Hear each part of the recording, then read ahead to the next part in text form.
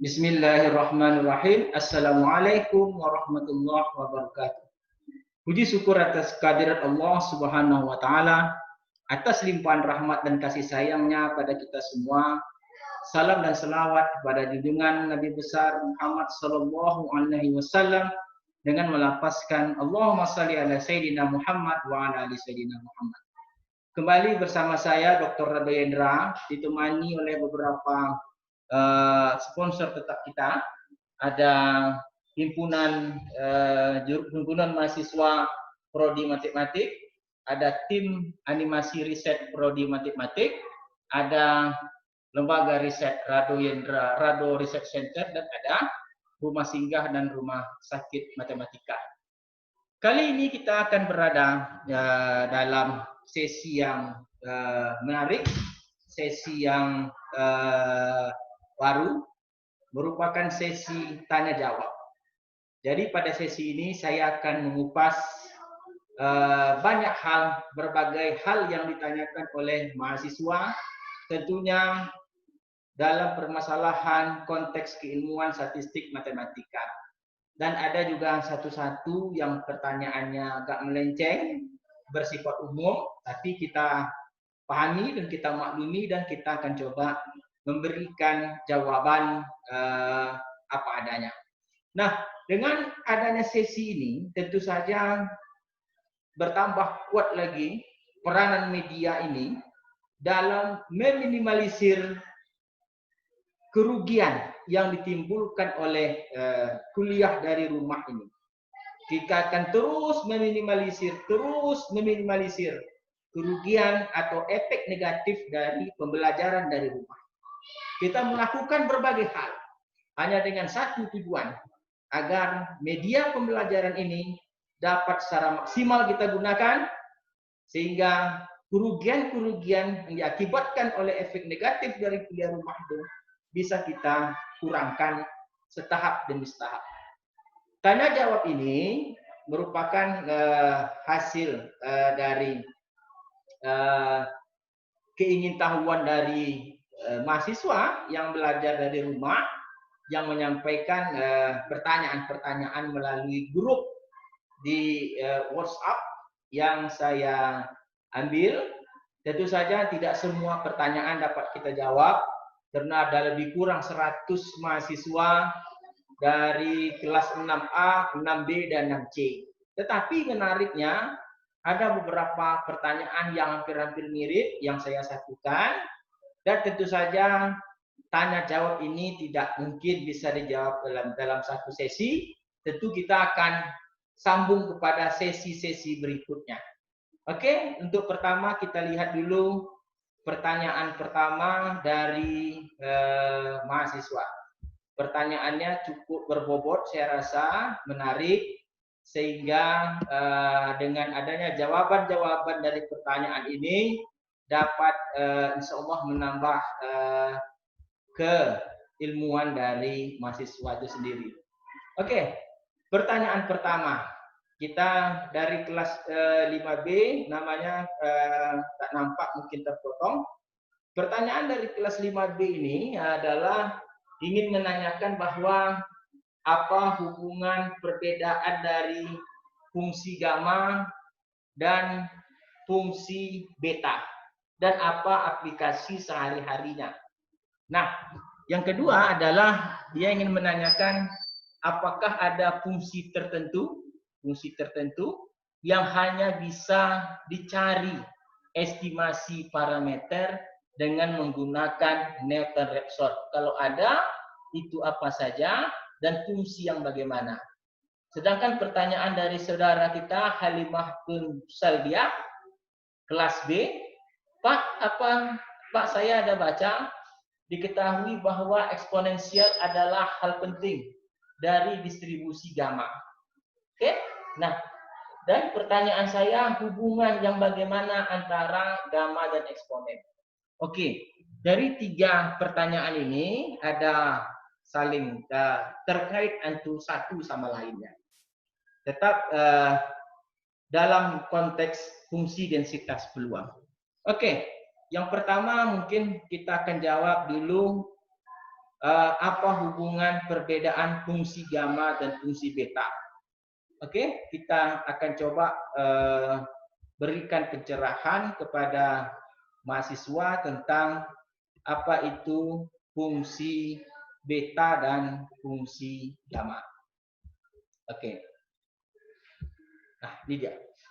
Oke. Nah, pertama sekali kita harus pastikan dulu ada perbedaan antara fungsi gamma dan fungsi densitas peluang gamma. Ada perbedaan. Yang satu fungsi gamma dan yang satu adalah fungsi densitas peluang gamma. Nah, kalau kita lihat fungsi gamma didefinisikan atau dinotasikan dengan fungsi gamma alfa, yaitu adalah integral 0 sampai 3 U berpangkat alfa kurang 1 eksponen min U du. Ini adalah fungsi gamma. Jadi kalau dia U berpangkat alfa kurang 1 eksponen min U du. Kalau Y berpangkat alfa kurang 1 eksponen min Y dy. Kalau X berpangkat alfa kurang 1 eksponen min X dx. Jadi konstan atau parameter alfa berupa suatu konstan. Nah, ini disebut sebagai fungsi gamma. Dan yang di bawah ini disebut sebagai fungsi densitas peluang. Kalau di atas fungsi gamma, kalau di bawah fungsi densitas peluang gamma berbeda.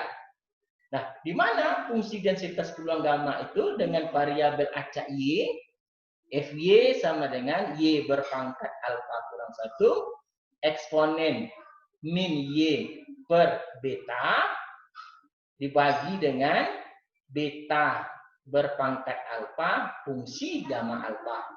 Operator belum muncul. Ya. Jadi operator kita abaikan dulu.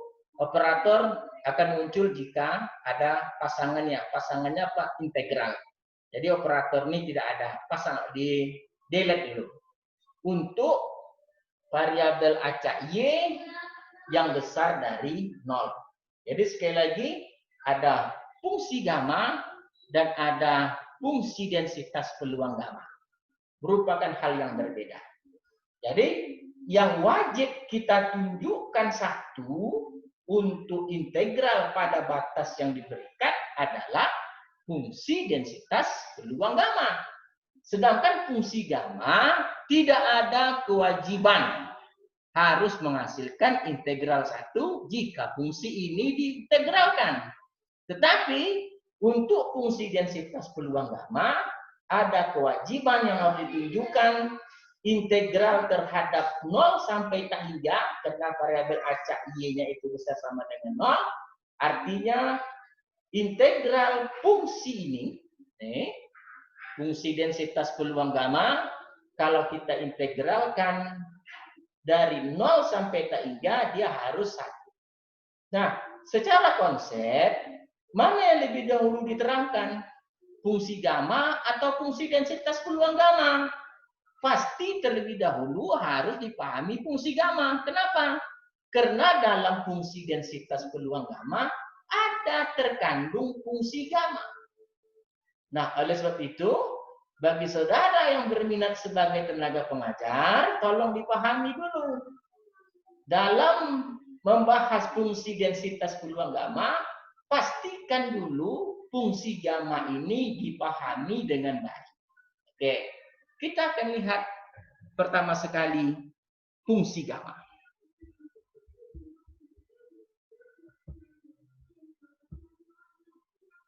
Jadi pastikan terlebih dahulu Anda memahami fungsi gamma, baru setelah itu fungsi densitas peluang gamma.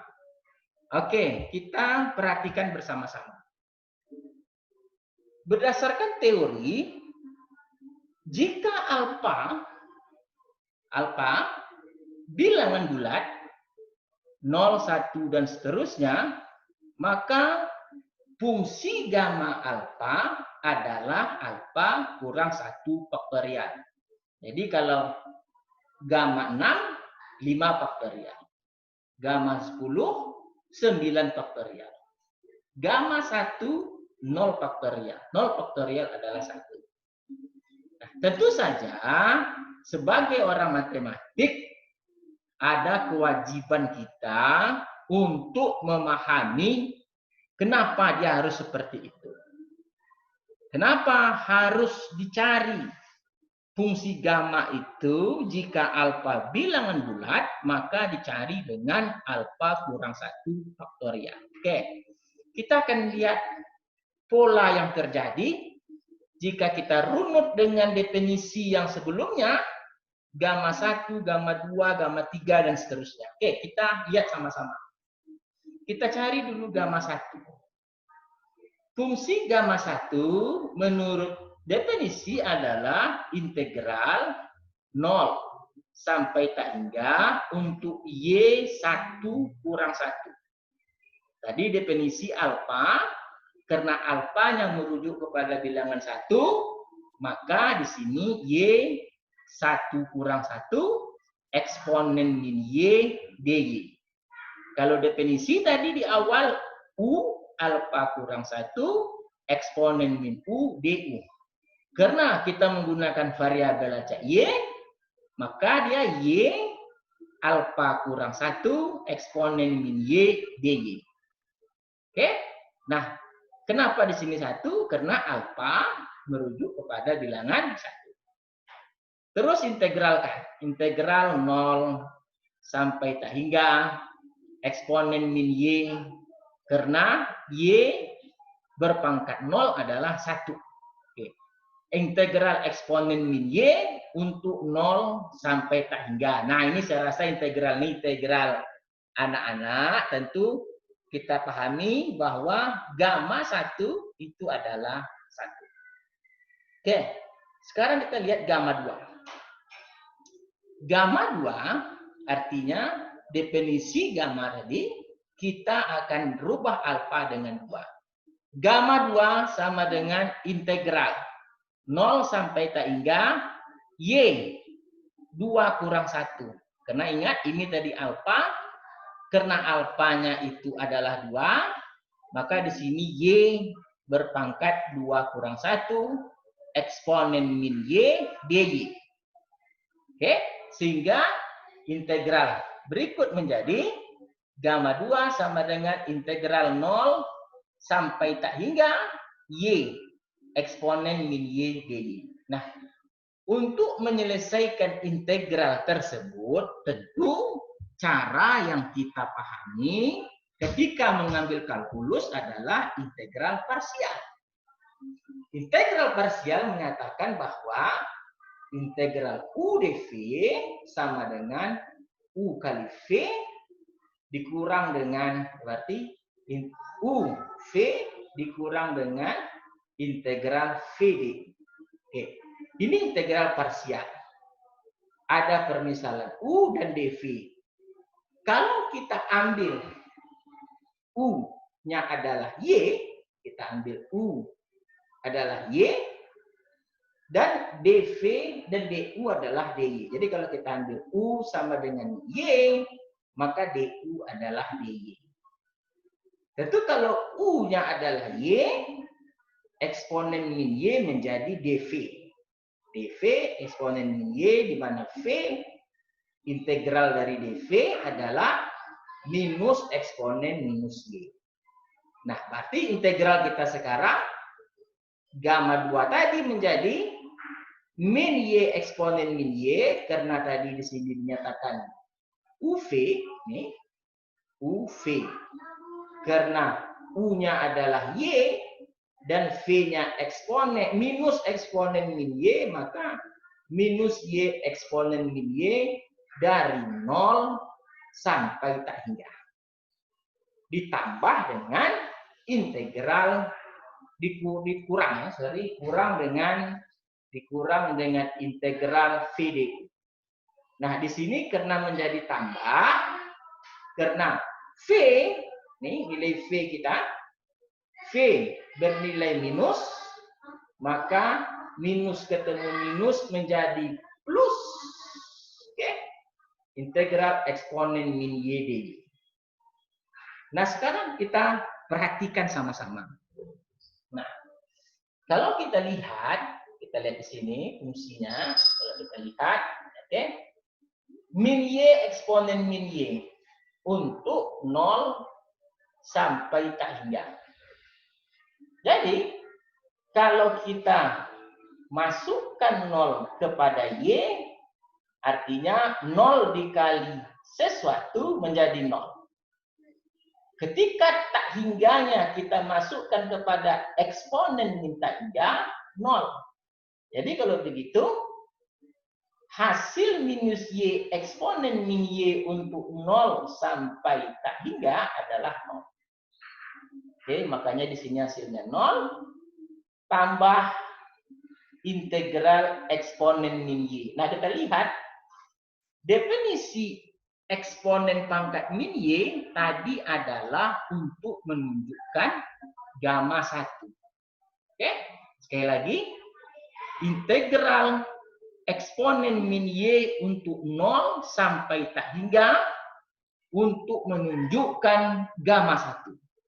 Nah, oleh sebab itu, pada bagian ini, ketika integral ini 0, maka ditambah dengan, bukan integral, hasil operasi ini 0, karena 0 kita masukkan ke Y, dia menjadi 0 kali sesuatu, tapi kalau tak hingganya kita masukkan kepada eksponen min tak hingganya menjadi 0 kali sesuatu, dan pasti hasilnya 0, ditambah dengan integral eksponen min Y. Eksponen min Y ini adalah notasi dari gamma 1. Dari mana tahunya? Dari definisi sebelumnya. Dari definisi sebelumnya, kita lihat bahwa gamma 1 adalah eksponen min Y. Oleh sebab itu, dapat kita katakan bahwa gamma 2, ini gamma 2 adalah 0 tambah gamma 1, gamma 1 sama dengan 1. Oke, itu untuk gamma 2. Nah, kita akan lanjutkan untuk gamma 3. Fungsi gamma 3.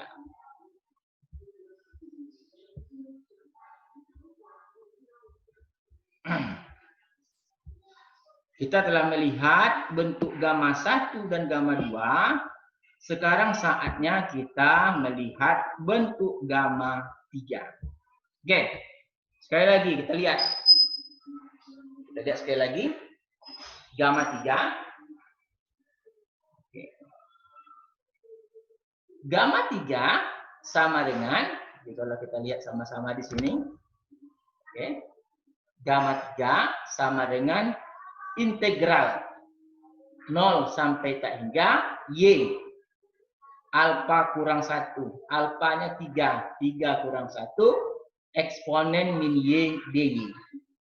Jadi, dengan kata lain, hasilnya adalah sama dengan integral 0 sampai tak hingga Y kuadrat eksponen min Y dy. Nah, sekali lagi, kita selesaikan dengan menggunakan integral parsial. Di mana U-nya adalah Y kuadrat, du-nya adalah 2y dy pastinya, dan dv-nya adalah eksponen min y, ini dv-nya eksponen min y ini, oke, dan v-nya sendiri minus eksponen min y.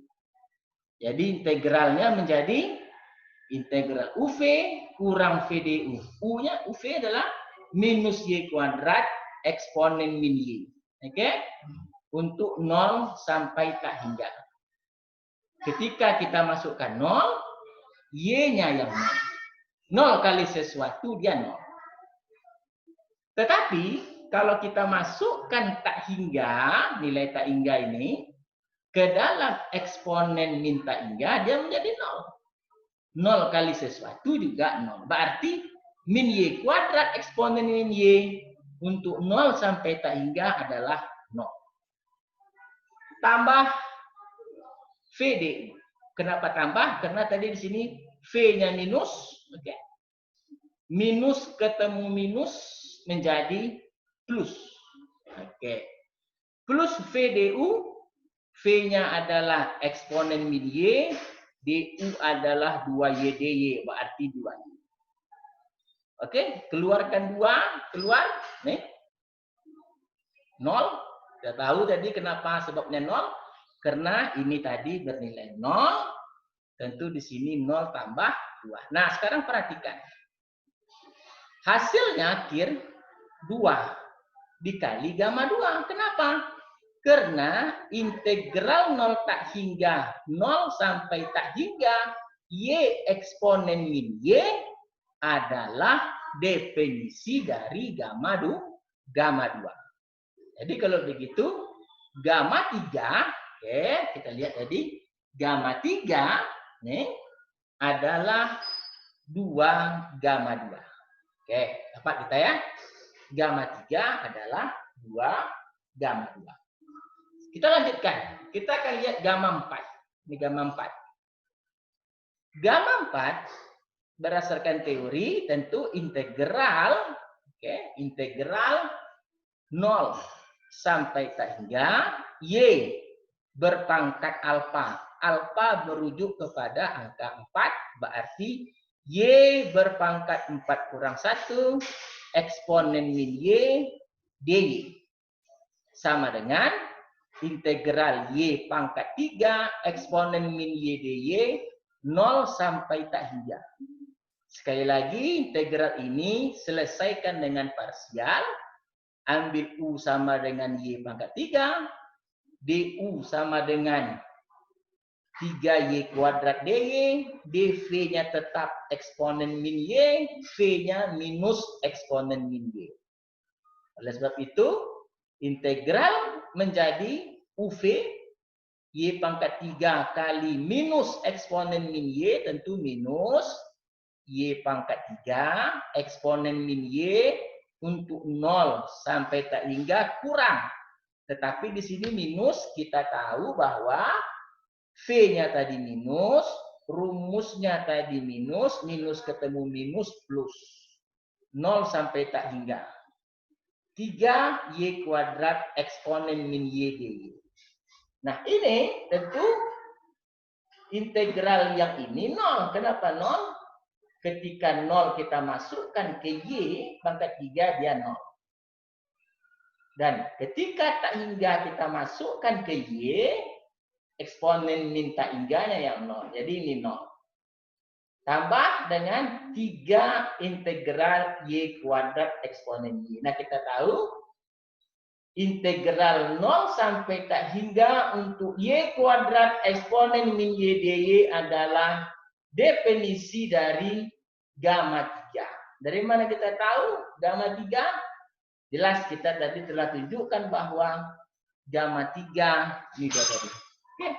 Jadi gamma 3 ini dia Y kuadrat eksponen min Y DY dan integral di bawah juga 3 Y kuadrat eksponen min Y DY tentu 3 gamma 3. Nah, kalau begitu apa yang kita simpulkan untuk pola seperti ini? Tentu dia akan memiliki pola tersendiri. Apa polanya?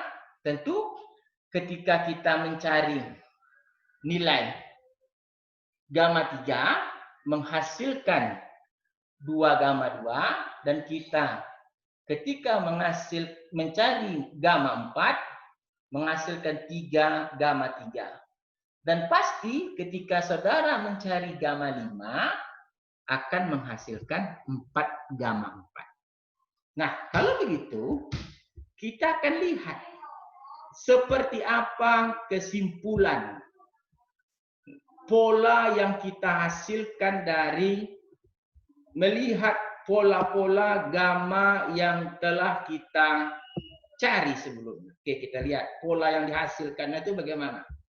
Nah, tadi kita katakan bahwa ketika kita mencari gamma 5, ketika mencari gamma 5, jadi kita katakan bahwa ketika mencari gamma 5 pasti hasilnya 4 gamma 4. 4 gamma 4. Gamma 4, 3 gamma 3. Berarti 4 kali 3 gamma 3. Gamma 3 adalah 2 gamma 2. Berarti hasilnya adalah 4 kali 3 kali 2 gamma 2. Gamma 2 itu sendiri adalah 1.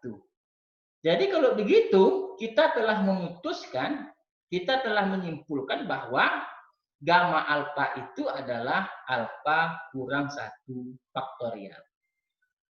Dan ada satu lagi hubungan yang harus kita pahami adalah gamma alfa itu adalah alfa kurang 1 kali gamma alfa kurang 1. Dari mana kita tahu dua kesimpulan besar ini? Dari atas. Kita lihat.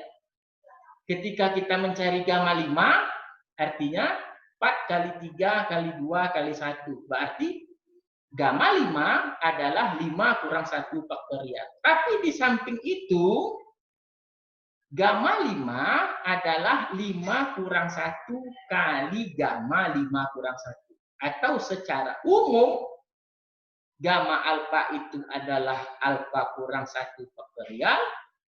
Atau gamma alfa adalah alfa kurang 1 kali gamma alfa kurang 1. Nah, mohon diperhatikan, dua bentuk umum ini harap dipahami, dihafal, diingat dengan baik. Jadi kita sudah lihat apa itu fungsi gamma. Kita belum cerita lagi tentang fungsi densitas peluang gamma.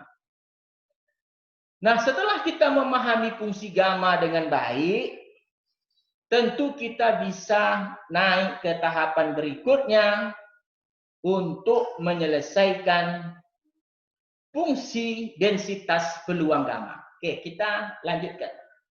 Nah, menurut teori yang kita miliki di awal, bahwa fungsi densitas peluang gamma, jika dia memiliki variabel acak Y, yaitu Y berpangkat alfa kurang 1, eksponen min Y per beta, dibagi dengan beta berpangkat alfa, kali fungsi gamma alfa, untuk Y besar sama dengan 0. Nah sekarang, karena syarat wajib dari fungsi densitas peluang gamma adalah dapat menunjukkan integral fungsi tersebut pada batas yang diberikan adalah satu. Ingat, secara umum penulisan syarat dari fungsi densitas peluang gamma adalah min tak hingga sampai tak hingga Fy dy sama dengan 1.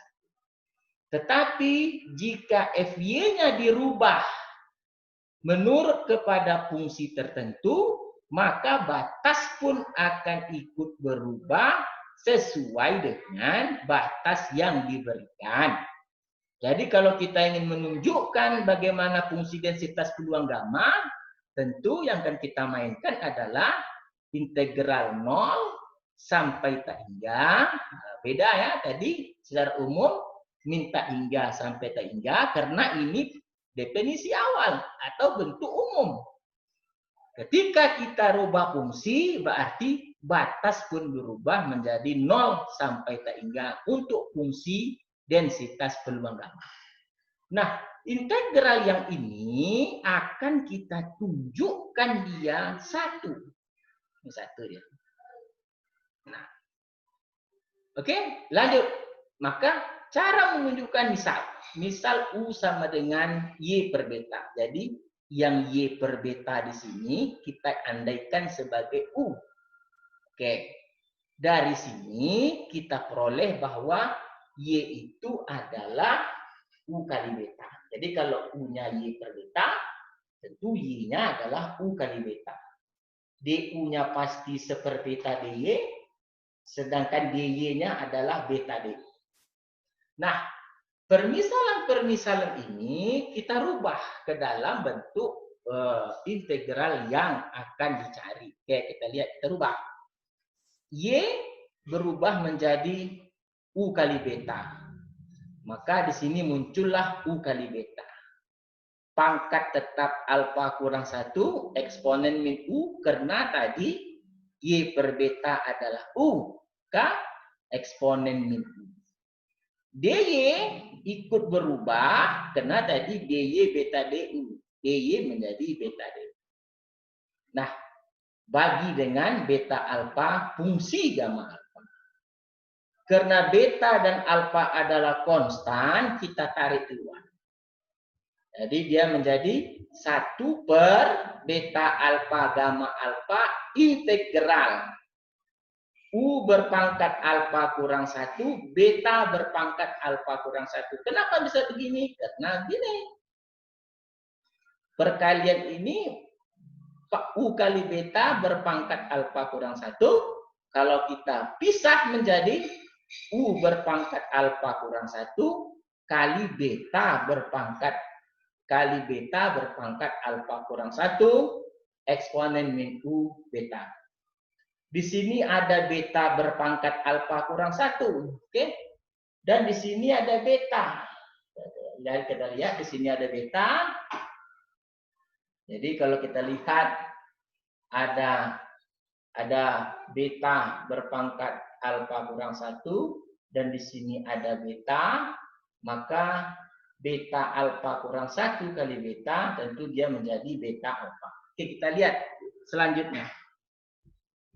Oke, kita lihat selanjutnya. Tentu integral yang kita mainkan ini bukanlah integral yang rumit. Integral yang masih bisa dipahami. Oke. Nah, kita lihat hasilnya. Nah, kita lihat. Tadi di sini beta alfa. Oke, karena ada beta alfa kurang 1, ada beta menjadi beta alfa. Dan di bawah juga ada beta alfa.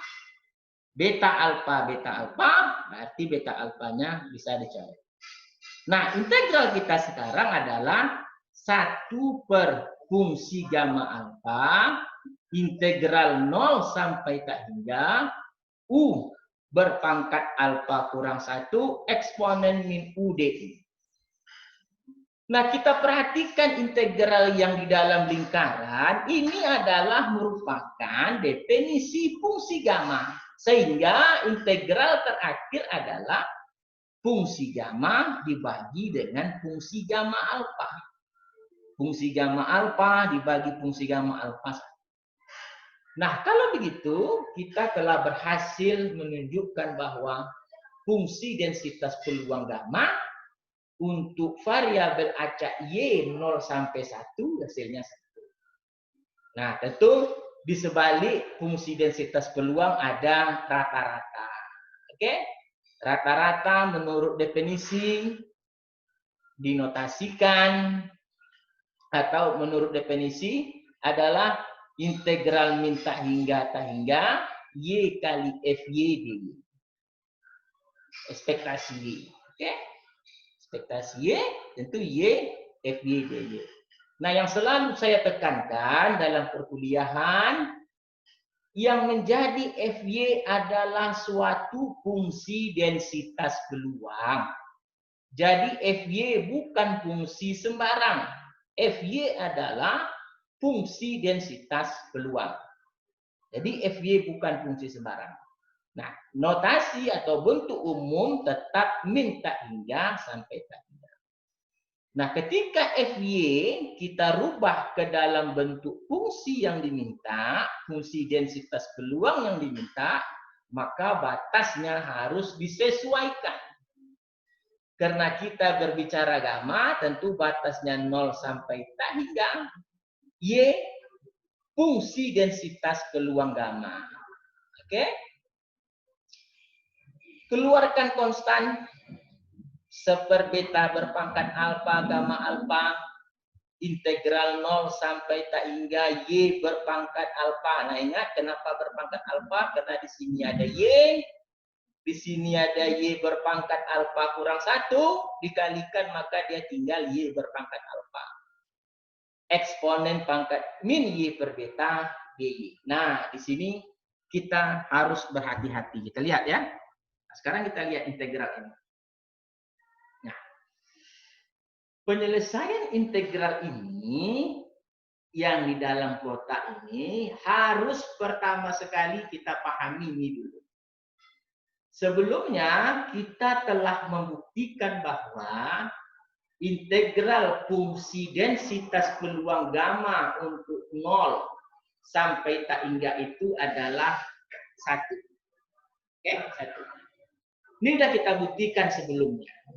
Nah, dari sini apa yang kita peroleh? Yang kita peroleh adalah jika integral y, jika bentuk integral 0 sampai tak hingga, untuk y berpangkat alfa kurang 1, eksponen min y per beta adalah menghasilkan beta berpangkat alfa kali fungsi gamma alfa. Dari mana kita tahu? Dari atas ini. Beta berpangkat alfa, gamma alfanya kita pindahkan ke atas. Karena mereka konstan, ya bisa saja. Nah, sekarang paling penting diingat itu apa? Ciri-ciri ya. Coba perhatikan ciri-cirinya.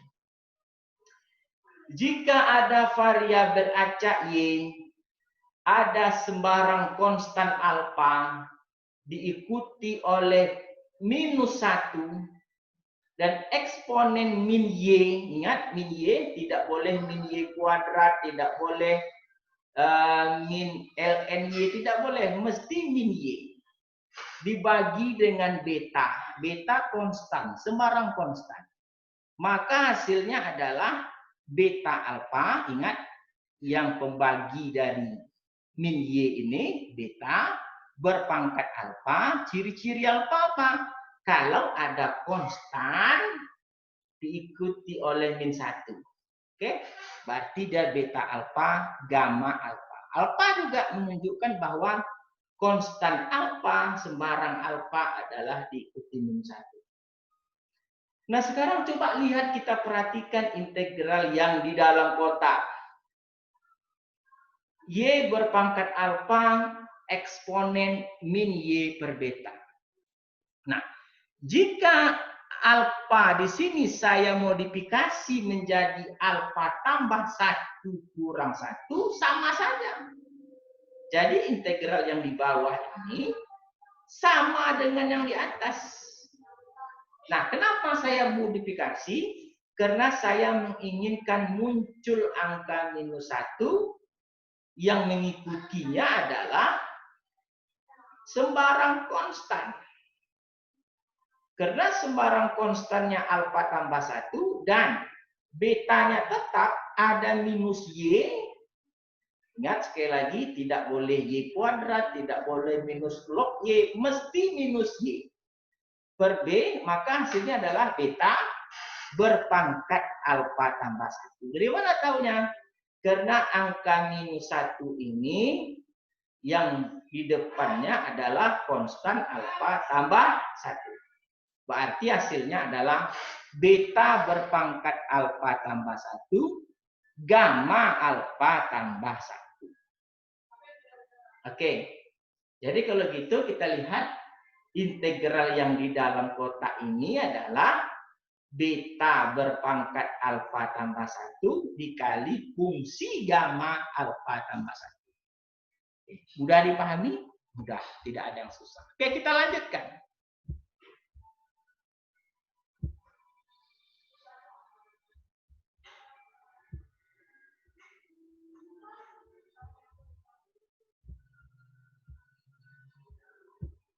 Nah, ini dia. Kita lanjutkan. Nah, kalau begitu, apa yang kita peroleh sekarang? Kita peroleh tentu, kita lihat di atas lagi ini. Ini tadi integral dalam kotak, hasilnya beta alfa tambah 1, gamma alfa tambah 1. Beta alfa tambah 1, ini beta alfa tambah 1. Di bawahnya beta alfa, tentu menjadi beta. Nah, tinggal lagi gamma alfa tambah 1 dan gamma alfa. Nah, sekarang pertanyaannya, gamma alfa tambah 1 kita sederhanakan dengan alfa gamma alfa. Pertanyaannya dari mana? Kita ingat memiliki konsep sebelumnya, gamma alfa dapat dicari dengan alfa kurang 1 kali gamma alfa kurang 1. Jadi kalau untuk alfa tambah 1, tentu gamma alfa tambah 1 kurang 1 dikali gamma alfa tambah 1 kurang 1 tentu menjadi alfa gamma alfa. Nah, inilah asalnya tadi. Inilah hasilnya. Jadi kalau gitu, gamma alfa tambah 1 adalah alfa gamma alfa habis. Ini gamma alfa, di sini gamma alfa habis, berarti hasilnya adalah alfa beta. Jadi rata-rata fungsi densitas peluang gamma seperti yang ditunjukkan dalam soal tadi adalah alfa kali beta. Ingat, dari awal saya tekankan, fungsi densitas peluang gamma itu ada beberapa macam. Jadi ingat, kalau suatu jurnal mengatakan fungsi densitas peluang gamma tidak sama dengan yang kita pernah pelajari, jangan diklaim dulu salah. Suatu fungsi densitas peluang memenuhi syarat diintegralkan pada batasnya 1. Jadi seperti apapun dia menyatakan fungsinya, selagi diintegralkan pada batasnya 1, dia tetap fungsi densitas peluang. Jadi fungsi densitas gamma itu kadang-kadang kita lihat di buku berbeda, di jurnal berbeda, kita belum bisa mengklaim bahwa salah satunya salah.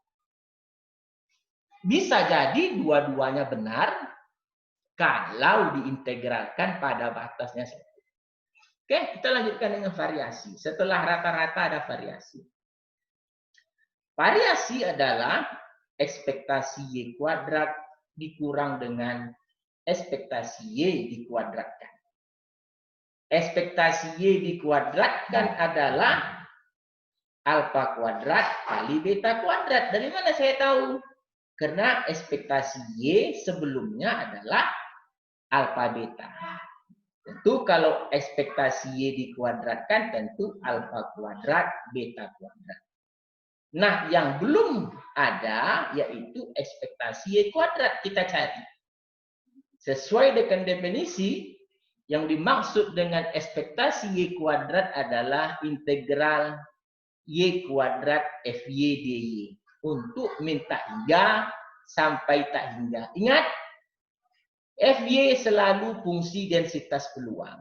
Tidak boleh fungsi sembarang. Karena yang kita bicarakan gamma, maka fungsi densitas peluang gamma. Untuk batas 0 sampai tak hingga. Oke, kita teruskan. Oke, Y kuadrat dikali Y alfa kurang 1 menjadi Y alfa tambah 1. Konstan kita tarik keluar. Eksponen min Y per beta. Nah, sekali lagi bahwa integral yang saya tandakan ini dapat diselesaikan dengan cara memodifikasi. Jadi alfa tambah 1 ini saya rubah menjadi alfa tambah 2 kurang 1. Kenapa?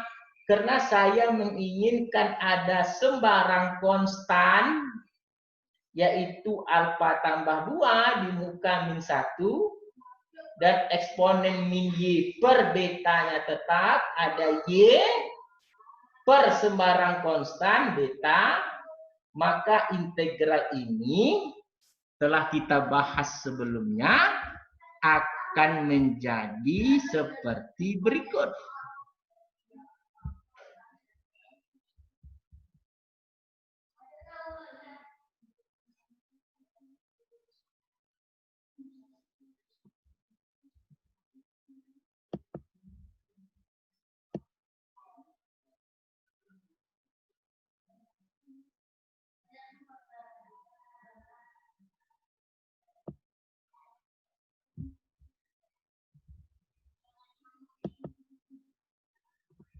Oke, frekuensinya akan menjadi jadi kita sudah peroleh untuk beta. Jadi untuk integral ini ternyata integralnya belum diselesaikan, tapi tidak pas. Penyelesaiannya saya rasa mudah penyelesaiannya. Tidak ada yang susah. Jadi kalau kita lanjutkan, tentu dia menjadi, saya cek dulu, choose virtual.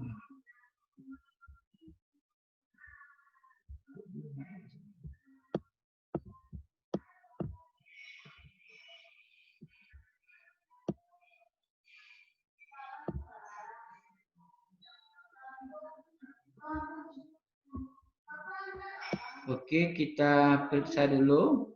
Sabar sebentar. Oke, kita coba lihat.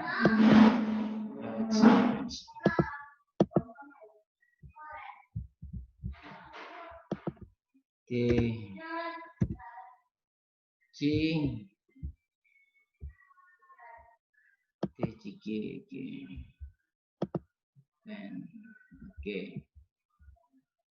Oke. Ini.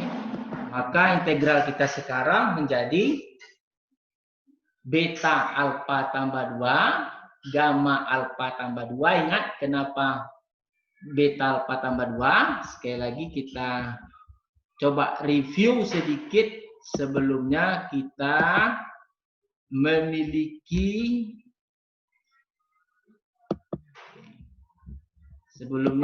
memiliki nih Y alfa tambah 2 kurang 1. Ingat, saya ingin memodifikasi alfa tambah 1 menjadi alfa tambah 2 kurang 1 eksponen min Y per beta. Berarti kalau begitu hasil integral ini sekarang menjadi beta berpangkat alfa tambah 2. Jadi hasil kita sekarang adalah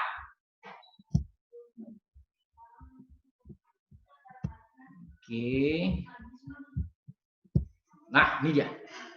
Jadi kita lihat hasil sekarang beta berpangkat alfa tambah 2 kali fungsi gamma alfa tambah 2 dibagi dengan beta alfa gamma alfa. Di sini ada beta berpangkat alfa tambah 2, ini beta berpangkat alfa, tinggal beta kuadrat. Nah, sekarang perhatikan.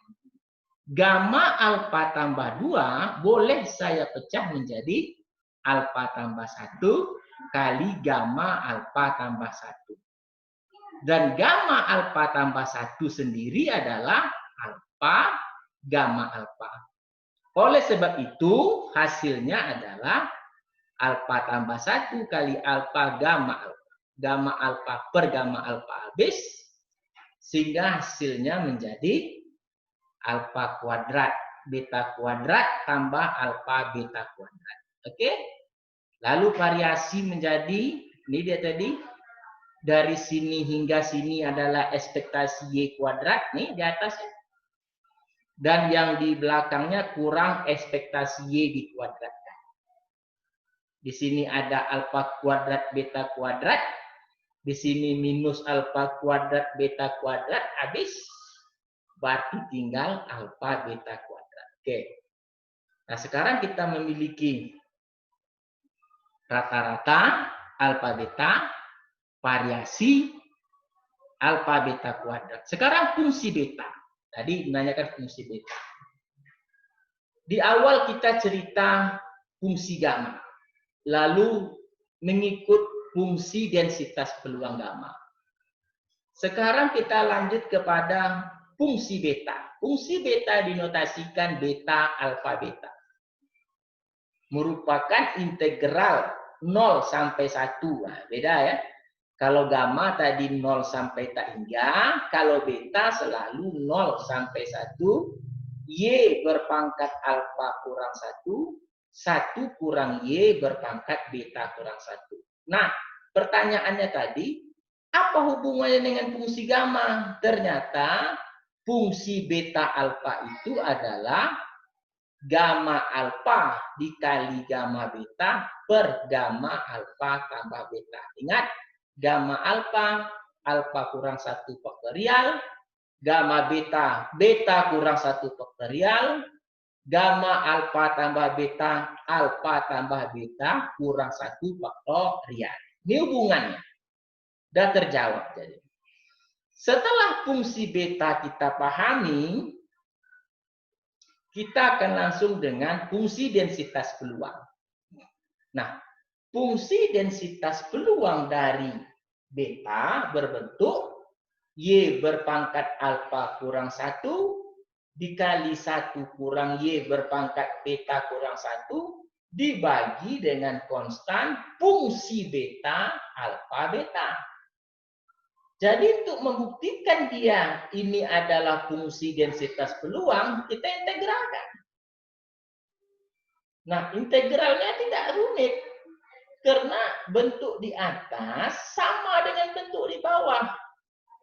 Kita tahu fungsi beta alfa beta adalah integral 0,1Y. Jadi pembagi yang sama tentu hasil akhirnya adalah integral 1,0 1 dy. Jadi dengan melihat saja kita paham pastilah ini adalah fungsi densitas peluang. Karena diintegralkan pada batasnya 0 dan 1, ingat di 0 dan 1, diintegralkan pada batasnya dia harus 1. Selesai konsep kita bahwa fungsi gamma dan fungsi beta berbeda dengan fungsi densitas peluang gamma dan fungsi densitas peluang beta. Oke. Pertanyaan yang bagus. Saya rasa dari begitu banyak pertanyaan, hampir rata-rata menanyakan fungsi, apa itu fungsi gamma, bagaimana fungsi densitas peluang gamma. Nah, kita lanjutkan dengan pertanyaan berikutnya. Kita akan lihat slide berikutnya. Jadi, kita udah paham fungsi beta, kita akan lanjutkan dulu sedikit mengenai slide fungsi beta. Jadi, fungsi beta berbeda dengan fungsi densitas peluang beta, dan fungsi gamma juga berbeda dengan fungsi densitas peluang gamma. Oke. Ketika kita bicara gamma, dia memiliki rata-rata. Ketika kita bicara fungsi densitas peluang gamma, rata-ratanya alfa beta dan variasinya alfa beta kuadrat. Nah, sekarang kita akan lihat rata-rata dari fungsi densitas peluang beta. Seperti biasa, definisi rata-rata adalah ekspektasi Y, integral min tak hingga sampai tak hingga, Y kali FY. Ingat, ketika bentuknya masih FY, operatornya tinggal ada DY ya, tambah operatornya DY. Min tak hingga, tak hingga. Ketika FY berubah menjadi fungsi densitas peluang, maka batasnya mengikut. Batas dari 0 sampai 1. Karena beta, Y-nya itu dari 0 sampai 1. Sedangkan gamma dari 0 sampai tak hingga. Fungsi densitas peluang gamma. Nah, kita integralkan karena ini konstan, tarik keluar. Tinggal Y alfa. Y alfa, kenapa kok ada Y alfa? Karena tadi Y dikali Y alfa kurang 1. Nah, integral kita sekarang coba lihat. Kita modifikasi alfa menjadi alfa tambah 1 kurang 1. Kenapa? Karena fungsi sebelumnya yang menyatakan 1 itu adalah sembarang konstan lalu diikuti minus 1. Sama dengan ini tadi. Karena ini alfa, kita mau setelah itu diikuti minus 1, maka kita harus nyatakan alfa menjadi alfa tambah 1 kurang 1. Oke? Tidak berubah. Ya. Yang satu Y alfa, yang satu alfa tambah 1 kurang 1.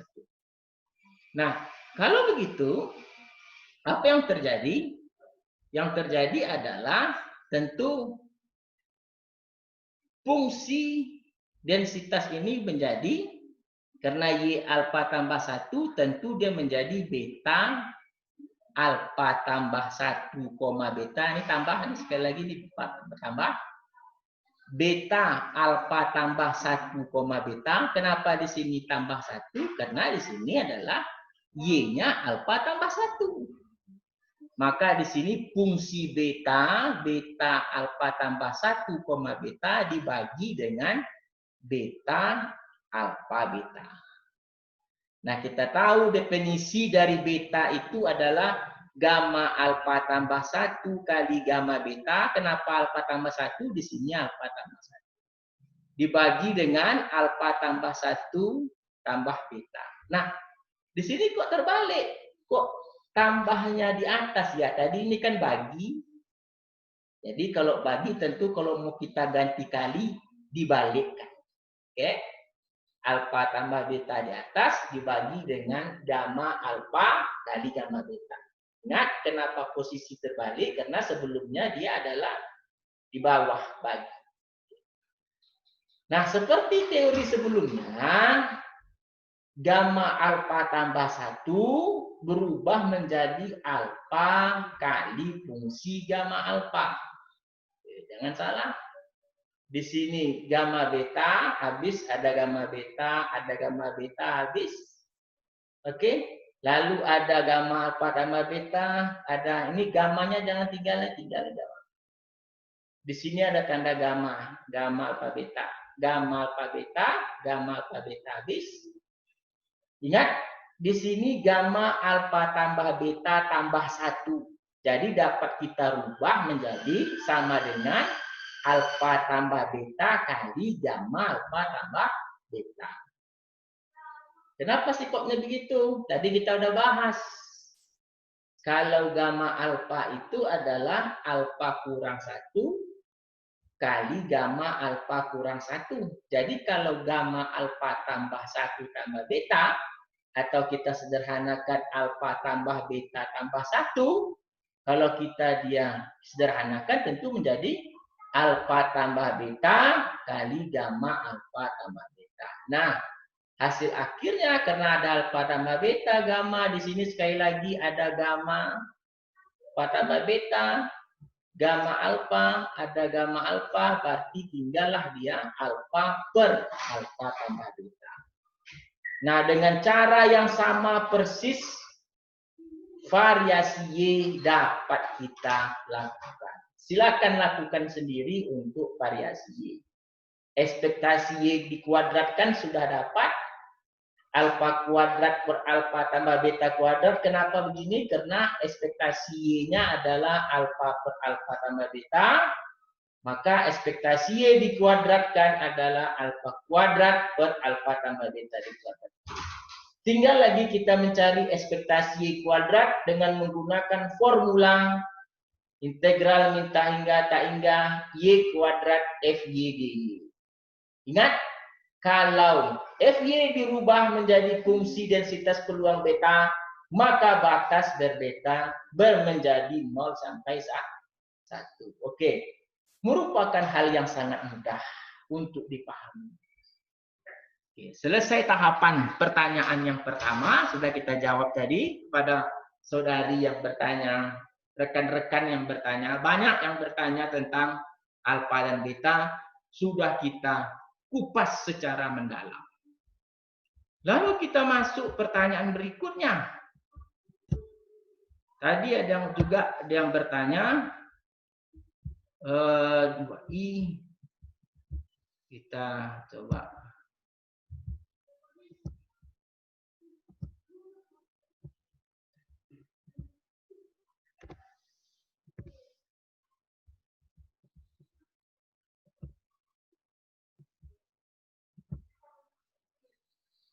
Nah, ini dia.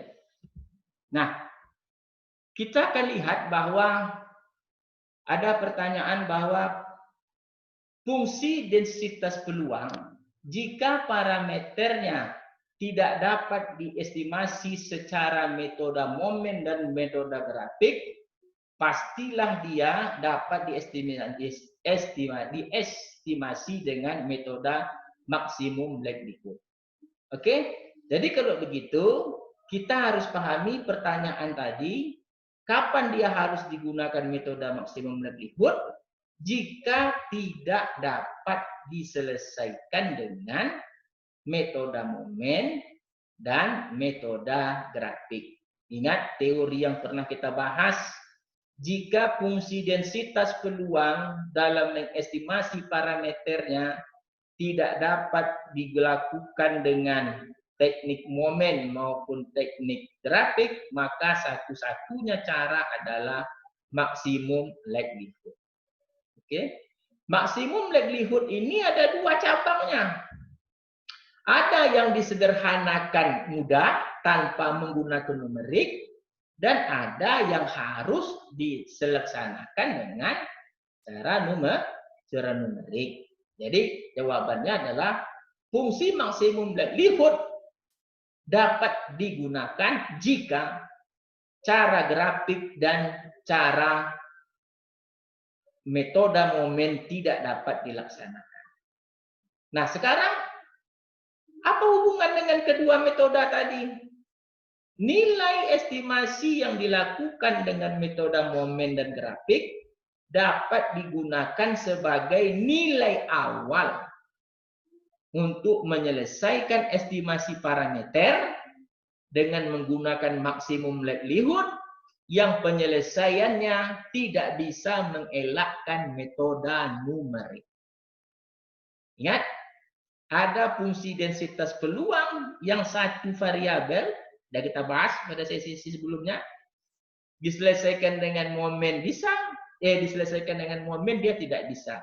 Maka wajib diselesaikan dengan fungsi densitas, wajib diselesaikan dengan numerik. Sesi berikutnya ada yang seru pertanyaannya, Pak, bagaimana Weibull dilaksanakan dengan likelihood? Ada, itu sesi kedua, nanti ada pertanyaan seperti itu di kelas A. Ini baru kelas B. Oke. Nah, sekarang pertanyaan berikutnya, apa hubungan gamma dengan eksponen? Jadi lihat, eksponen adalah fungsi densitas gamma yang alfanya 0, betanya 1. Jadi kalau kita lihat fungsi densitas peluang gamma tadi, Y alfa kurang 1, eksponen min Y per beta dibagi dengan beta alfa gamma alfa untuk Y besar dari 0, ketika saudara ganti alfanya itu 0 dan betanya itu 1, dia akan menjadi 1 per alfa eksponen min Y per beta. Dari mana datangnya? Kalau saudara ganti alfanya itu 0, alfanya itu 0,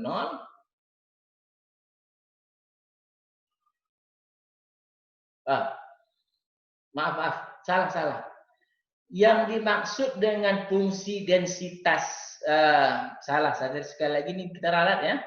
Eksponen adalah fungsi densitas gamma yang alfanya 1 dan betanya tetap. Oke, sekali lagi kita rubah. Yang dimaksud dengan eksponen adalah fungsi densitas gamma yang alfanya 1. Jadi sekali lagi kita ralat, alfanya 1, betanya tetap. Jadi kalau alfa 1 di sini Y1 kurang 1, Y pangkat 0, 1. Beta berpangkat 1 beta, dan gamma 1 berarti tinggallah dia 1 per beta eksponen min Y per beta.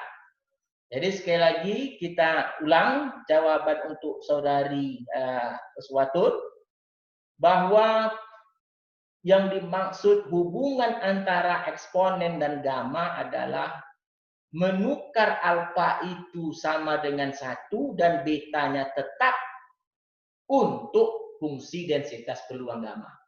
Jadi kalau alfanya diganti 1, betanya tetap, maka hasil akhirnya 1 per beta eksponen min Y per beta itu adalah fungsi densitas peluang eksponen.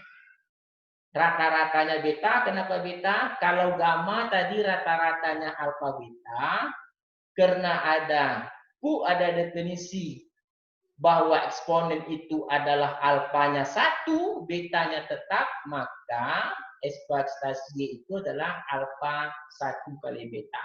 Beta, variasinya gitu juga alfa beta kuadrat kalau gamma. Kalau eksponen ganti alfanya 1, berarti variasinya beta kuadrat.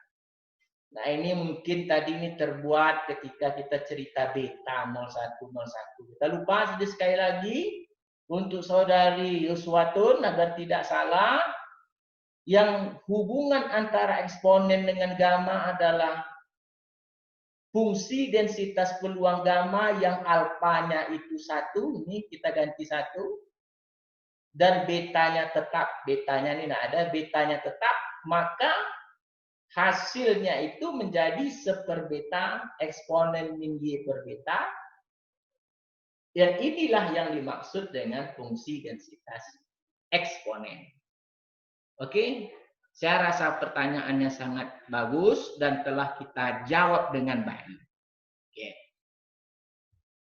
Kita lanjutkan dengan pertanyaan yang berikut. Jadi pertanyaan, jadi momen ini kita menyelesaikan beberapa pertanyaan, jadi ada interaksi yang baik dalam perkuliahan kita. Kita lihat pertanyaan berikutnya. Dari saudari Nadiatul Khairi, nomor induk mahasiswa bla bla bla dan kelas 6B. Caranya dia nyebut seperti ini, Pak, pada sesi 51 saya mau bertanya, Pak, bisakah kita mencari gamma yang tidak bilangan bulat? Dan apa aplikasi yang selain dari Excel? Oke, kita lihat bagaimana cara mencari fungsi densitas gamma yang bukan bilangan bulat.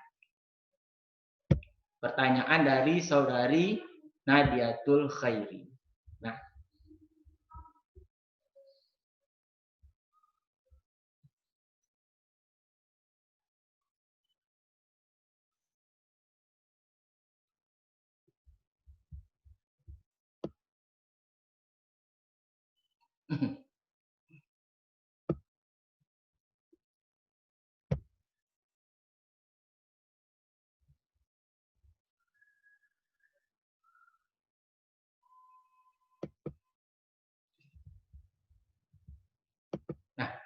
ada satu bentuk fungsi gamma yang tidak bilangan bulat yang sangat penting untuk cabang ilmu lainnya.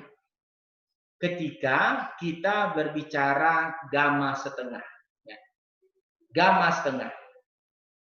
Gamma setengah itu secara konsep adalah integral 0 sampai K hingga X berpangkat 1 kurang setengah minus setengah eksponen min X dx. Ingat, berpangkat 1 kurang setengah, maka di sini muncul min setengah.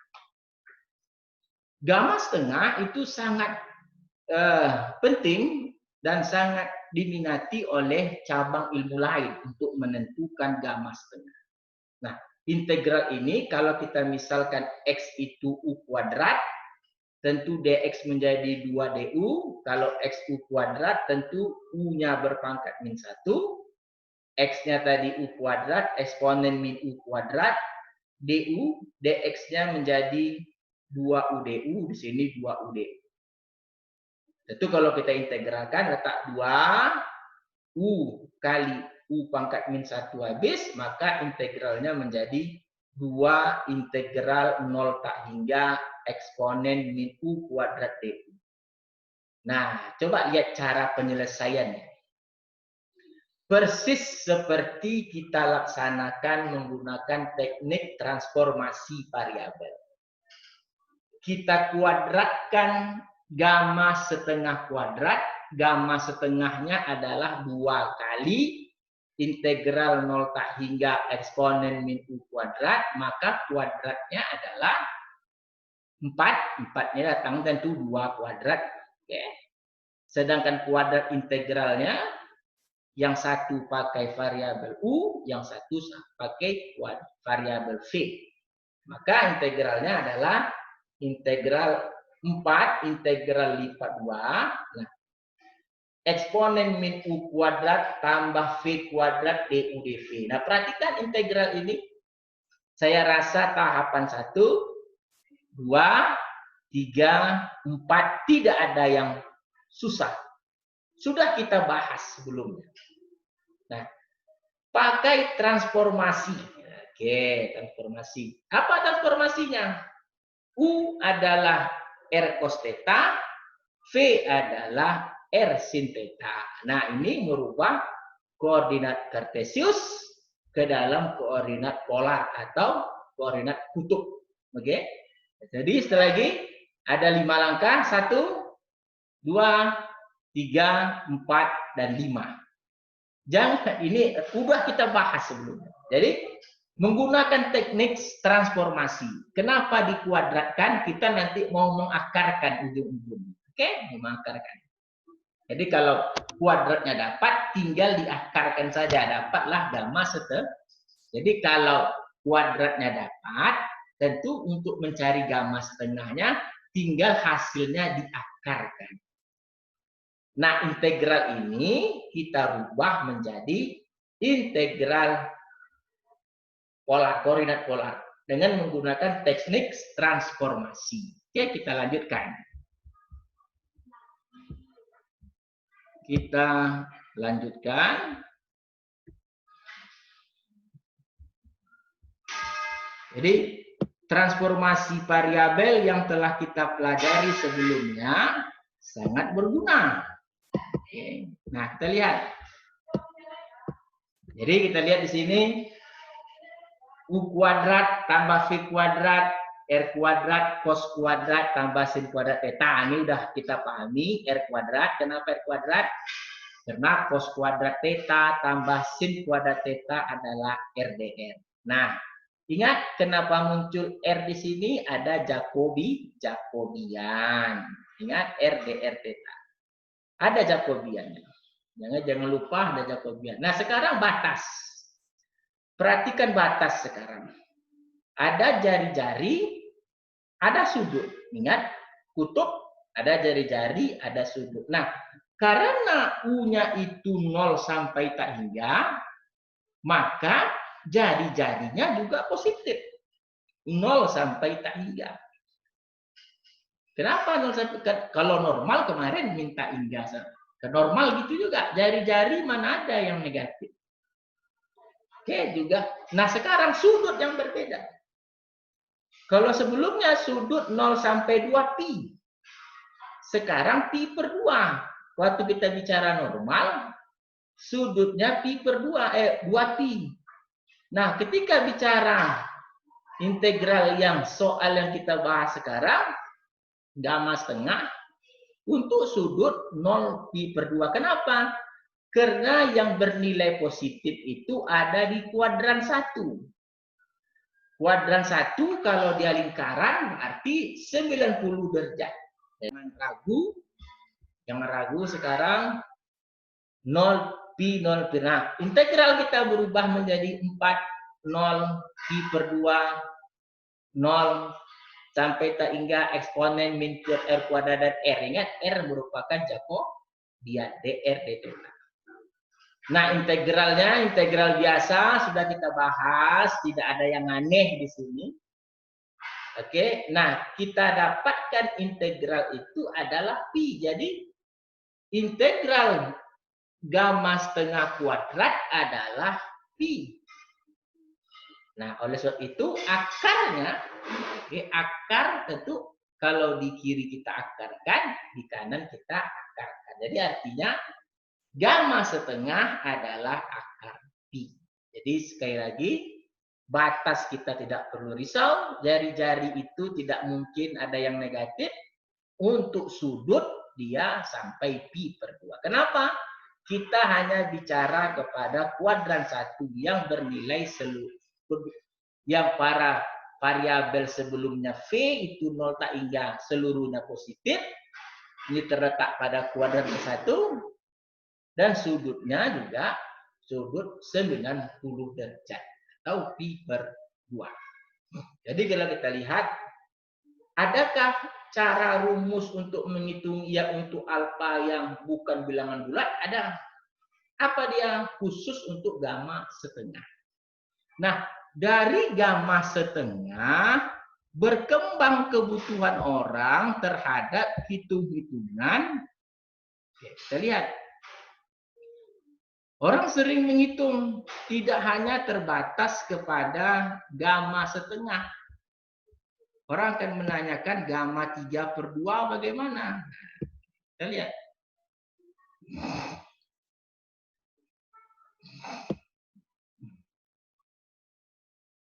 Nah, ini. Kita akan lihat. Nah, ini juga bukan bilangan bulat. Masih dalam konteks pertanyaan saudara Khairi tadi. Bagaimana menyelesaikan gamma 3/2? Nah, kita ingat teori gamma alfa adalah alfa kurang 1 kali gamma alfa kurang 1. Jadi kalau gamma 3/2, 3/2 kurang 1 kali gamma 3/2 kurang 1. Setengah gamma setengah. Setengah akar I. Karena gamma setengah ini adalah akar I. Dan seterusnya akan berkembang menjadi gamma 5/2. Sama konsepnya. 5/2 kurang 1 kali gamma 5/2 kurang 1. 3/2 kali gamma 3/2. Gamma 3/2 sebelumnya adalah setengah akar setengah pi. Maka kita juga dapat hasilkan 3/4 pi.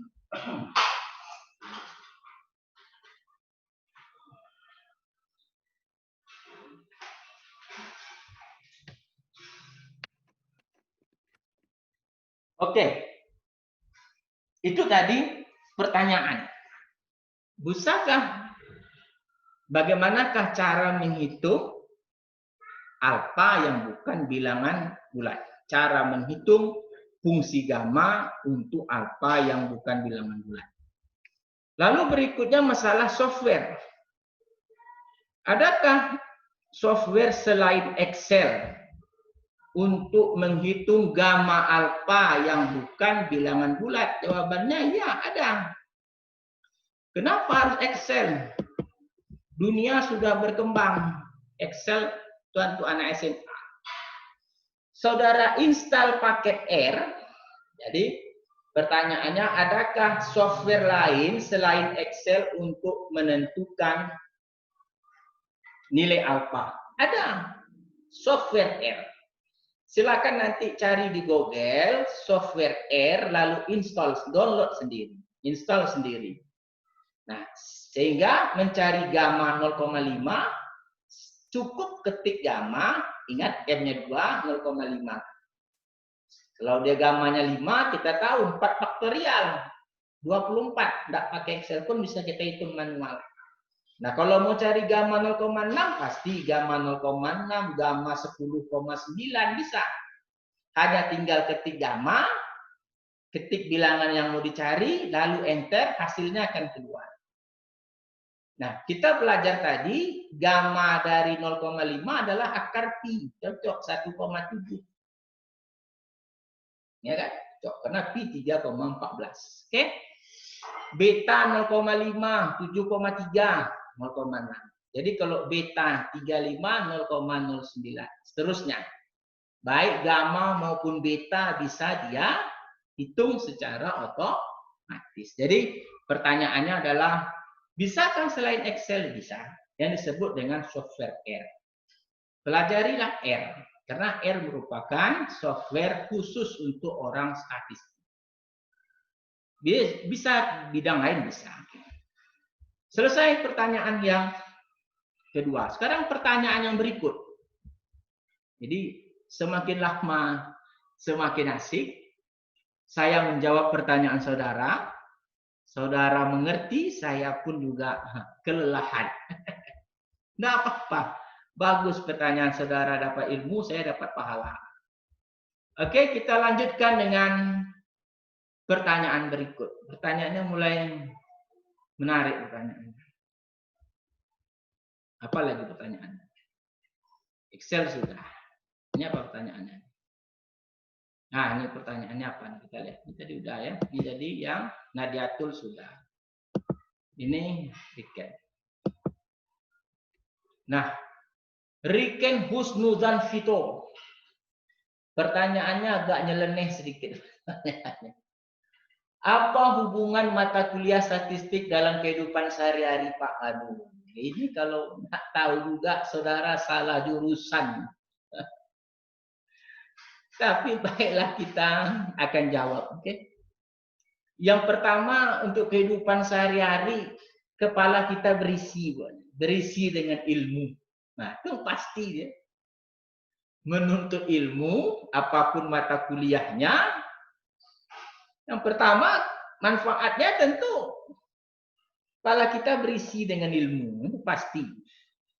Nah, cuman kalau untuk manfaat, saudara bisa mencek di berbagai riset artikel. Bagaimana orang memodelkan kecepatan angin, artinya model peluang yang mau dicari. Kalau model peluang tentu tidak lepas dari cerita fungsi densitas peluang. Kalau fungsi densitas peluang, rohnya adalah estimasi parameter. Jadi kalau saudara buka beberapa jurnal, contoh misalnya modeling wind speed, pemodelan kecepatan angin, tujuannya untuk energi terbarukan.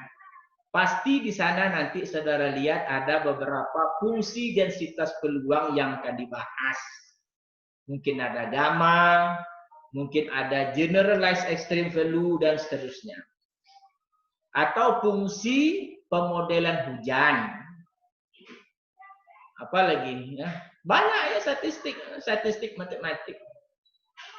Tapi kalau menurut saya itu pasti dia dapat ilmu, bisa bercerita berbagai model. Nah, ada yang terbaik, yang isu-isu sekarang pemodelan COVID-19. Seperti apa pemodelan data PDP kah, ODP, data positif, data orang mati akibat COVID, bisa kita modelkan dengan menggunakan probability modeling. Karena konsepnya apapun probability modeling itu, pasti rohnya adalah menentukan parameter suatu distribusi, suatu fungsi densitas peluang. Itu jawabannya Riken ya. Ada aja pertanyaannya. Tapi bagus. Daripada nggak ada ditanya ya Riken ya. Oke, kita coba lihat pertanyaan berikutnya. Kita coba lihat pertanyaan berikutnya. Tadi Riken sudah. Ini Riken. Nah, ini siapa nih? Ini apa nih? Kita lihat pertanyaannya apa. Distribusi dari Novi Andriani, kelas 5B, 6B. Distribusi gamma dan distribusi eksponen dapat diselesaikan dengan baik pada estimasi parameter, Pak. Lalu mengapa dalam menggunakan metode momen pada parameter tidak semua ada distribusi tertentu? Nah, pertanyaannya ngaco, Nopidriani tidak jelas pertanyaannya. Ya, pertanyaannya ini ngaco nih, tidak jelas apa maksudnya. Cuman yang ingin saya tangkap adalah satu aja, bahwa metode apapun untuk mengestimasi parameter itu harus dikuasai. Karena disitulah keilmuan kita. Saudara akan berilmu, saudara akan mempunyai sesuatu yang lebih dari orang kalau saudara menguasai berbagai metode untuk mengestimasi parameter. Jadi jangan terbatas hanya momen, hanya grafik, dan kuasai semaksimal mungkin maksimum likelihood. Karena maksimum likelihood merupakan metode standar untuk estimasi parameter untuk melanjutkan pendidikan pada tingkatan S2 dan seterusnya. Jadikanlah metode momen dan grafik hanya sebatas untuk mendapatkan nilai awal. Jadi itu saja untuk pertanyaan saudara. Saya lebih suka memberikan motivasi bahwa jangan saudara hanya memahami dua metode saja, metode grafik dan metode momen, karena itu metode mudah ya. Kuasai dengan bagus untuk metode maksimum likelihood. Karena di situ banyak keilmuan yang kita dapat, banyak tantangan. Oke ya, Nopia, dipahami dengan baik bahwa terus tingkatkan kemampuan. Kita lanjutkan ke pertanyaan berikut. Kita ada letih pertanyaan terakhir lah ya. Ini apa nih? Ini yang bagus. Oke, kita lihat pertanyaan dari saudara Randy. Nah, saudara Randy pada intinya dia ingin mencoba membandingkan numerik tadi apakah hanya pada Nether Raphson saja. Sedangkan metode numerik banyak. Salah satunya yang dia berikan contohnya adalah metode Simpson 3/8. Metodenya banyak ya, ada metode Renkuta, metode Simpson dan seterusnya. Nah, cuman saya hanya bisa memberikan gambaran karena fungsi densitas peluang ini fungsi yang kontinu dan pasti akan selalu dapat diselesaikan dengan Nether Raphson, maka kita orang statistik selalu berpikir Nether Raphson saja. Ada pendapat yang mengatakan Nether Raphson itu lebih cepat konvergen daripada metode lain karena fungsi yang kita bicarakan di statistik adalah fungsi densitas peluang yang dia pasti kontinu di antara 0 sampai 1. Kontinu pada batasnya, maaf, dan 0 sampai tak hingga dan seterusnya. Nah, kalau begitu ada pemikiran saudara yang bisa saudara kembangkan menjadi skripsi mungkin. Tapi saya sarankan untuk fungsi densitas peluang yang satu parameter saja. Karena orang ketika mahasiswa S1 berbicara metode numerik, mereka selalu memahami contoh soal itu hanya untuk satu variabel saja. Mereka jarang menggunakan 2 variabel, 3 dan seterusnya. Jadi banyak fungsi-fungsi densitas peluang yang berparameter satu.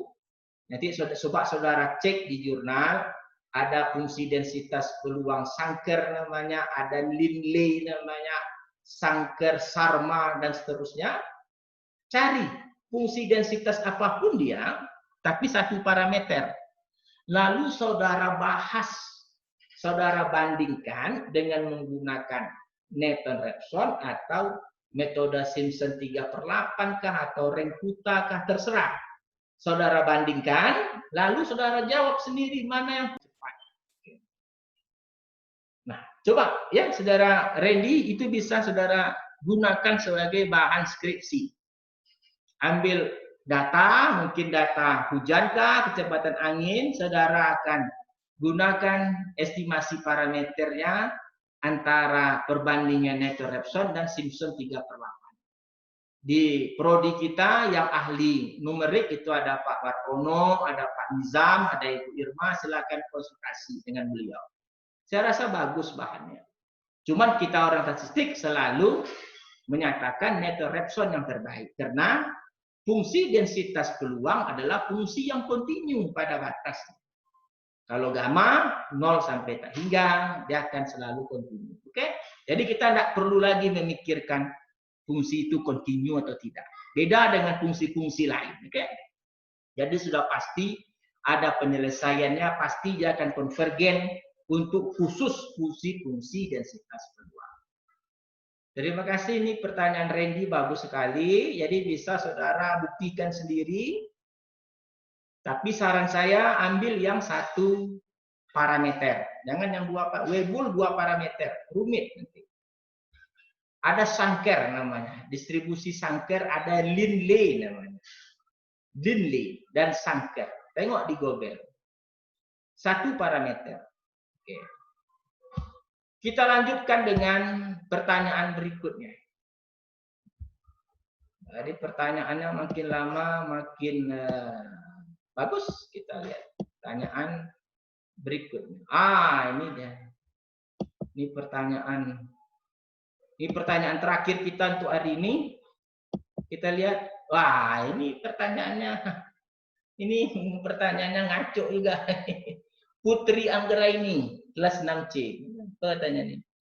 Dalam suasana COVID, bagaimana pendapat Bapak tentang mahasiswa yang tak bisa mengikuti kelas online karena tak adanya paket ataupun signal? Bagaimana pendapat Bapak tentang mahasiswa yang sering terlambat mengirimkan tugas? Jadi ginilah. Keadaan sekarang ini memang keadaan yang ekstrim saya rasa. Tidak pernah terjadi seperti ini. Kita harus di rumah sampai berbulan-bulan. Tapi pada dasarnya konsep saya satu saja. Belajar itu wajib. Belajar aja. Tidak ada paket, belajar aja. Masalah paket ini kalau dibahas, saya sendiri sebagai pengajar juga merasa kewajiban saya sebagai pengajar, maka paket itu tidak kita bicara. Bagaimana mengatasi pembelian paket itu mungkin yang perlu kita bahas. Jadi menurut saya, tolong dibuat secara prioritas penggunaan keuangan itu yang pertama. Jadi karena paket ini berhubungan dengan menuntut ilmu, naikkan prioritas. Manfaatnya saya maksudkan. Untuk kegiatan lain yang berhubungan dengan paket, hilangkan aja. Chat dengan teman, membuka FB, membuka WA, menonton YouTube. Kecuali YouTube saya, ya, karena saya ngajar, saudara lihat.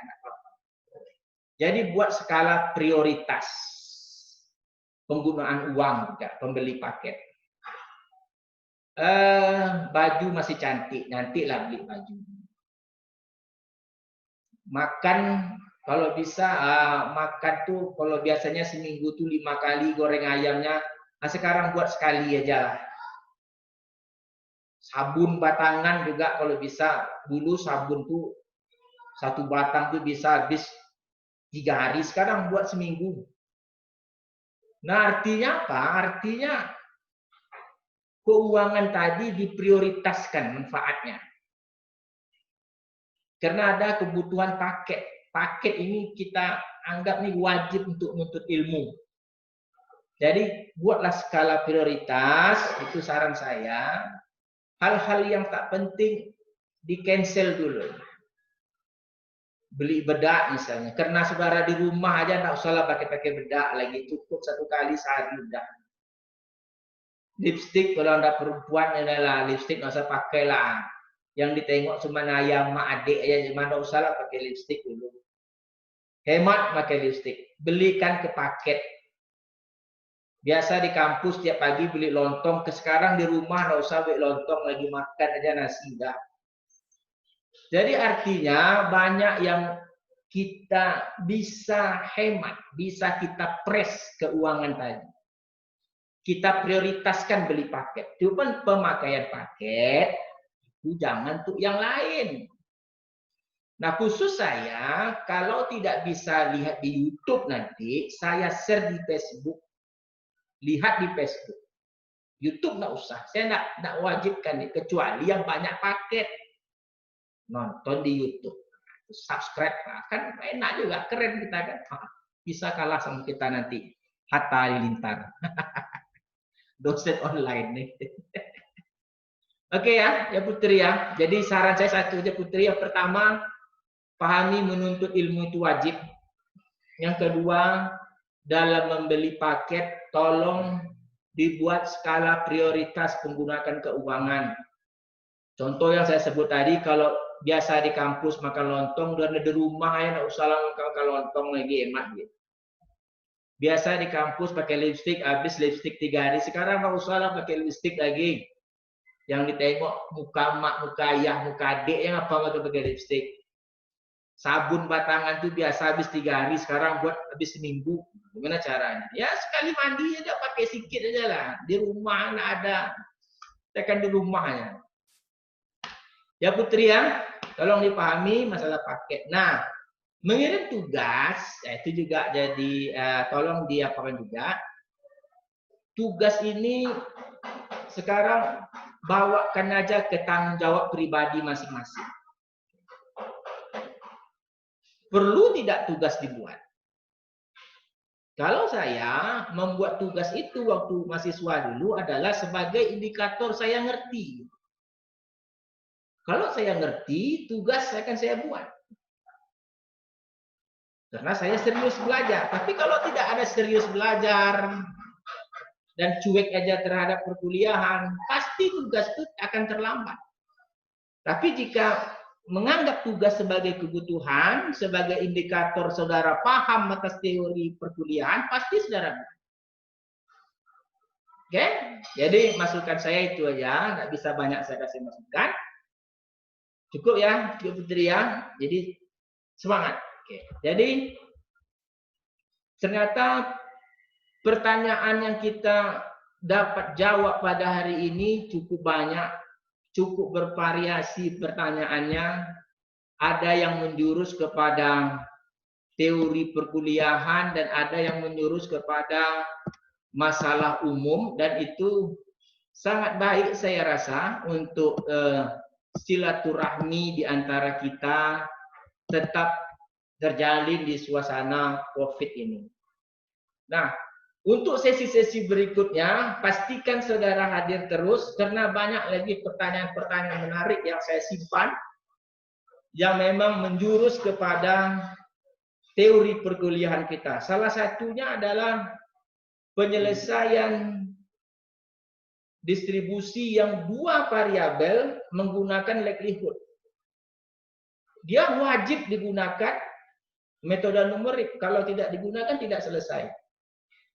Kalau dia fungsi densitas peluang normal, dia menggunakan likelihood juga, tapi tidak sampai kepada numerik. Kalau Weibull, dia juga numerik, tapi dia juga, maksudnya dia juga harus dengan likelihood, maksimum likelihood, tapi juga harus dengan cara numerik, terutama net direction. Ada pertanyaan seperti itu yang saya masih simpan pertanyaannya, akan kita jawab pada sesi berikutnya. Jadi pastikan saudara terus bersama saya untuk berada dalam program sesi tanya jawab. Sekian dari saya dulu untuk hari ini. Tetap semangat untuk berkuliah. Saya selalu mendoakan agar kita sama-sama selamat dari COVID-19, dan yang pasti adalah tetap patuhi protokol kesehatan COVID-19, pakai masker, cuci tangan, hindari keramaian sebisa mungkin. Wabillahi taufiq wal hidayah. Assalamualaikum warahmatullahi wabarakatuh.